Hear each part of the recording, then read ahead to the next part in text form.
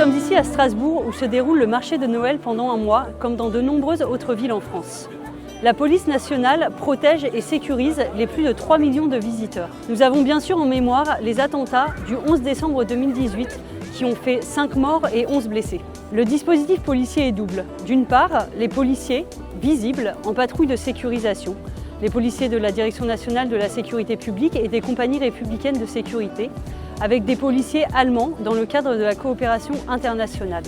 Et puis ce sont également les policiers moins visibles, ceux du centre d'information et de commandement, qui grâce aux images de vidéoprotection peuvent identifier des comportements suspects. Les policiers de la Direction nationale du renseignement territorial sont également investis dans le cadre de l'évaluation des différentes menaces. Au total, ce sont plus de 400 policiers et gendarmes qui sont mobilisés sur les différentes missions de police.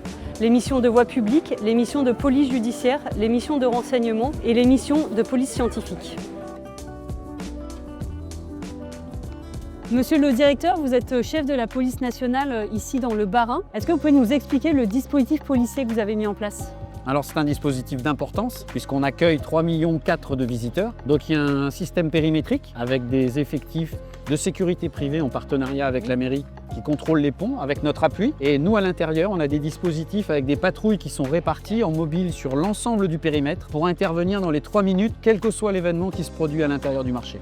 Quel est le rôle des élus à vos côtés ? Donc en ce qui concerne la préparation de ce dispositif, ça commence à la fin de l'été. On a plein de réunions justement avec tous les partenaires pour caler le dispositif, l'emplacement des chalets, régler tous les problèmes d'accès au niveau des secours, s'assurer des différents points qui nous permettent à chaque fois d'essayer d'améliorer le dispositif, de cibler des endroits qui peuvent présenter une petite faiblesse. Ce qu'on corrige, le dispositif il est vivant et il progresse d'année en année. En 2018, lors de l'attentat du 11 décembre, vous étiez déjà en fonction sur un autre poste. Comment cette année avez-vous appréhendé le dispositif ?